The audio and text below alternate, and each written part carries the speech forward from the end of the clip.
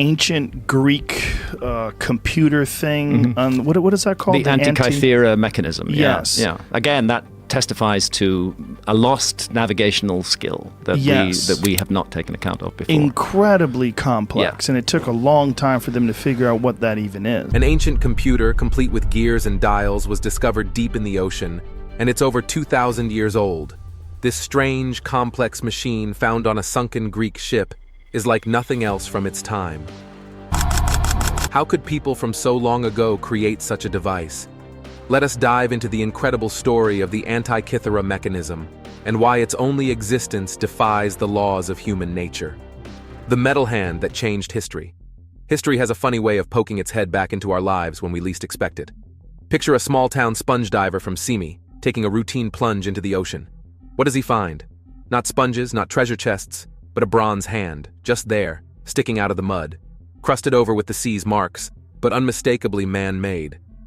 Naturally, the diver reports his strange find to his captain, and soon, with the Greek government's help, they start pulling artifacts from what must have been an ancient wreck. Statues, pots, and marble fragments begin surfacing, an entire cargo of Greek artifacts, the largest ever recovered. But among all these marvels sits something no one paid much attention to, a lump of corroded bronze that would sit unnoticed for months until it cracked open. What it revealed wasn't just ancient junk. It was something far more bizarre, an anomaly of its time, a machine with gears, numbers, and wheels that seemed wildly out of place. Before we dive deeper, let's just say this discovery would turn history on its head in ways no one could have expected. Think about it. A complex mechanism, like a clock, found on an ancient ship. But clocks? They weren't even a thing until over 1,000 years later. Historians, archaeologists, and even physicists would be scratching their heads for over a century trying to make sense of this thing. It's called the Antikythera mechanism, and its very existence challenges everything we thought we knew about ancient technology. Greek archaeologist Valerios Stais was among the first to lay eyes on it and think, this is no ordinary artifact. Those gears weren't just random, they had a purpose. But what? The ancient Greeks weren't supposed to be capable of such technology. No one from that era was. So what was this contraption? Some speculated it was an astrolabe, a kind of device to map the stars and planets. But regular astrolabes didn't need gears. They were much simpler. Then, someone else found an inscription, an old Greek word that hinted at the zodiac, as if this mechanism could map out celestial movements. Could it be? A computer-like tool, simulating the universe, built by ancient Greeks? The mere thought was absurd to most scholars. Yet, piece by piece, experts began to see that maybe, just maybe, this thing was far ahead of its time. Then, just as curiosity was building, history took a back seat. World wars came and went, priorities shifted, and the mechanism found itself tucked away in a dusty storeroom, almost forgotten, again. Decades later, as technology advanced, the world started paying attention to old stories once more. Fast forward to the 1950s, a new generation of explorers, with better diving gear, went back to that ancient wreck. They unearthed more treasures, but still couldn't find more pieces of this strange machine. But science was advancing too. New imaging technologies, X-rays and tomography, allowed researchers to peer inside the device without damaging it, revealing hidden gears and mechanisms far more sophisticated than anyone imagined. The more scientists studied it, the more baffling it became. Imagine a wooden box, about the size of a thick book, with a handle on the side. You turn the handle, and inside, gears spin, dials move, and pointers show the positions of the sun, the moon, even the planets, as they were known at the time. It was essentially a cosmic simulator.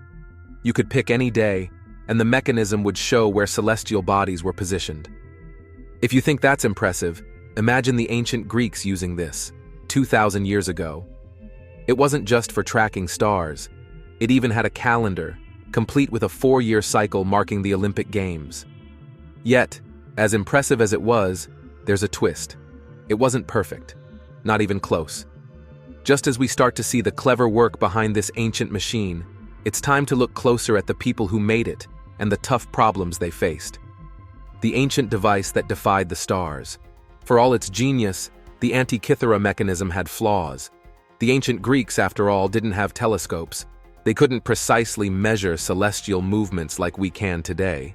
Their universe was geocentric, Earth at the center, everything else spinning around it in complicated loops called epicycles. They believed the planets, including Mercury, would sometimes appear to move backward, what astrologers today call Mercury in retrograde. The mechanism attempted to model this, and it did, kind of. But it was off. By a whole zodiac sign, in fact. Still, it's mind-boggling that they managed to make something even remotely functional given the tools they had. This old piece of technology, known as the Antikythera mechanism, is a testament to the genius of ancient civilizations that is often overlooked. Historically, we've seen the Greeks as great thinkers and artists, but not so much as skilled engineers capable of crafting such advanced devices. This discovery proves otherwise. Was this a unique creation? Or might there have been more gadgets like it that have since been lost to time? Some folks argued that it was nothing more than an expensive plaything for the wealthy, used to predict stars for fun. However, others believe it was part of a broader network of devices, perhaps connected to the legendary inventions of Archimedes, which might have been lost in conflicts, repurposed for other uses, or destroyed entirely. Every time something unusual is discovered, plenty of wild guesses follow. Quite a few people have suggested that the Antikythera mechanism might not be from this world at all. They speculate that maybe extraterrestrials gave this technology to humans, suggesting it could be a device for traveling through time or navigating the stars. It's easy to see why such wild ideas spread. Finding such a sophisticated tool in a shipwreck more than 2,000 years old really makes you wonder. But no matter its origins, this mechanism stands as proof of the cleverness and resourcefulness of the people from long ago, showing that our ancient ancestors were often much smarter and more inventive than we give them credit for. The Antikythera mechanism wasn't just another old artifact. It was a window to a past world far more advanced technologically than we had imagined. The shipwreck near the small Greek island of Antikythera, where it was found, gave us the largest treasure trove of Greek artifacts ever discovered. Yet, among these, none was as baffling or as complicated as this mechanism. It forced historians to rethink their old views, pushed beyond the usual limits of historical understanding, and sparked a wave of curiosity about what other marvels might be lying beneath the sea or hidden away in forgotten corners of history. What other incredible discoveries are waiting out there, just beneath the surface, yet to be uncovered? The mechanism's design was intricate, featuring gears and dials that have led some to call it the first known analog computer. Its purpose, as far as experts can tell, was to track celestial bodies like the sun and moon, predict eclipses, and possibly even to keep a calendar of athletic events, which was important in ancient Greece. The level of engineering and mathematical knowledge required to create such a device suggests that the Greeks had capabilities far beyond what we typically acknowledge. This raises a lot of interesting questions about the level of technology and understanding of the world that existed in ancient times. Did other such devices exist? Were they widespread? Or was this a rare jewel of technology, treasured by the few who understood its value? These questions open up a whole new area of exploration for historians and archaeologists. People love a good tale of discovery, especially one that shakes up our understanding of history. The Antikythera mechanism does just that. It's not just an object, it's a challenge to our assumptions about the past. It reminds us that history is not just about reading texts and interpreting old paintings. It's also about exploring and understanding the physical remnants left behind. As we continue to pull treasures from the sea and unearth relics from ancient lands, each discovery adds a piece to the problem of human history. The Antikythera mechanism, with its complex gears and forgotten lore, stands out as a beacon that lights the way for future explorations. It serves as a reminder that our history is filled with ingenious inventions, and perhaps there are still many more waiting to be rediscovered. So, what will the next big find be, and what will it tell us about the clever minds of our ancestors? Now that we've seen the skill of ancient inventors, let's look at the deep, dark parts of the sea, treasures left behind in sunken ships. Imagine this. The deep, dark ocean has been hiding treasures for thousands of years, and we're just starting to piece it all together. We're not talking gold or jewels here, though those would have been nice, right? No, we're talking about shipwrecks. The broken, forgotten vessels that once carried the hopes, dreams, and goods of ancient people. And yet, they're so much more fascinating than we often give them credit for. But let's not just take everything at face value. There's more going on beneath the waves than anyone wants to admit. Take, for example, that so-called amazing Greek merchant ship they found in the Black Sea. Dating back 2,400 years, they tell us this wreck is remarkably well preserved because of the lack of oxygen down there. Convenient, right? Apparently, those oxygen-deprived waters magically kept every plank and nail in place, just waiting for us to stumble upon it. And sure, it's a nice find, supposedly shedding light on ancient trade. But if we're honest, isn't it just a bit suspicious how perfectly these relics survive, like they've been holding their breath for us? Then there's the famous Dokos wreck, one of the oldest underwater wrecks ever found, dating back to some point between 2700 to 2200 BC.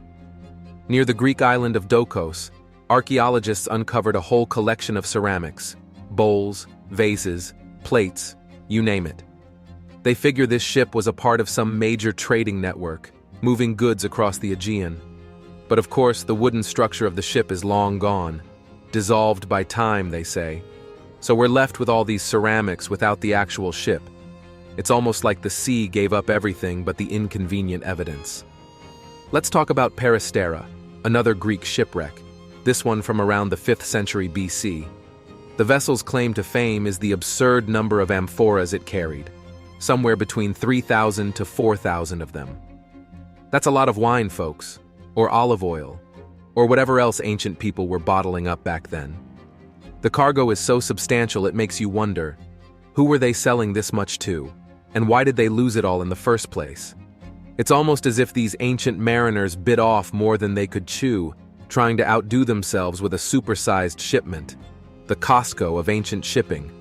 And we can't forget the Bajo de la Campana wreck off the coast of Spain. This one's a Phoenician ship from the 7th century BC, and it was loaded with, get this, elephant tusks, tin, copper, and ceramic. You know, just your average shopping list. Now, the presence of elephant tusks has everyone buzzing about long-distance trade, all the way to regions with elephants. But let's be real. Who thought cramming elephant tusks into a wooden ship and crossing the Mediterranean was a good idea?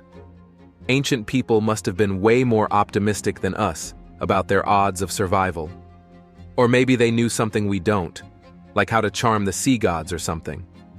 Fast forward to the 14th century AD, and we've got the Shinan shipwreck from Korea. This one's filled with over 20,000 pieces of ceramics, 28 tons of coins, and other random cargo, possibly bound for Japan. 28 tons of coins. Imagine being the poor sailors stuck with that load. Honestly, it's no surprise the ship went down. Probably couldn't handle the weight. But hey, it's a neat time capsule for us modern folks to marvel at. If nothing else, it proves that people have been obsessed with money for a very, very long time. The Forni archipelago in Greece has been a hotspot for shipwrecks, with over 45 vessels identified. These aren't just any wrecks. They span multiple historical periods, from the Archaic to Roman eras. It's almost like Forni was a Bermuda Triangle of the Aegean. Ships just kept going down there. Why? Maybe it's the unpredictable currents, or maybe, just maybe, they were carrying something too valuable, and fate, or greed, got the best of them. Ancient maritime insurance would have had a field day with this place. With each sunken ship showing us another piece of history, we're reminded that some sailors went far from shore.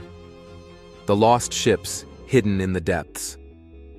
Now, let's talk about the late Bronze Age Canaanite shipwreck off the coast of Israel, about 56 miles from shore. Dating back 3,300 years, It's supposedly one of the oldest known deep-sea shipwrecks.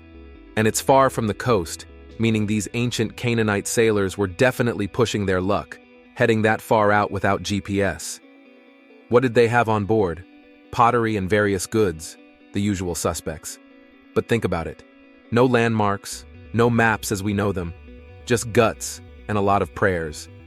Seems like it worked until, well, it didn't. How about the 10 shipwrecks discovered off the coast of Kassos, Greece? The oldest dates back to 3000 BC, while the newest is from World War II. That's quite a stretch, and it's almost poetic. Thousands of years of maritime history all in one spot. They found drinking vessels, amphoras, and even a stone anchor. So Kassos was a trading hub of sorts. But you have to wonder, with all these wrecks, was it also a sailor's worst nightmare? It's as if no one learned from the last guy who went down. The Black Sea has been a real treasure trove, with about 60 shipwrecks discovered from different time periods: medieval, Roman, Byzantine, and ancient Greek. They're all shockingly well preserved, thanks to those low oxygen depths that apparently keep everything intact. It's almost too good to be true, isn't it? These finds give us insight into ancient shipbuilding and trade routes, but it's hard not to think about how lucky, or unlucky, these sailors were. Imagine building a ship with your own hands, setting sail, and then sinking to the bottom of the sea where no one would find you for millennia. That's dedication to both craftsmanship and misfortune. And of course, we can't leave out the Antikythera shipwreck, which gave us the famous Antikythera mechanism. This wreck is from the 1st century BC, and along with that ancient computer, it yielded statues, coins, and luxury items. Clearly, this ship was carrying some seriously high-end cargo. Was it a treasure ship? Or maybe a Roman billionaire's shopping spree has gone horribly wrong? Either way, it's a reminder that luxury and tragedy often go hand in hand, even in ancient times. The Roman trading ship discovered near Majorca, Spain, from around 320 AD is another gem. Amphoras filled with oil, wine, and fish sauces were recovered. Think about that for a second. Wine and fish sauce?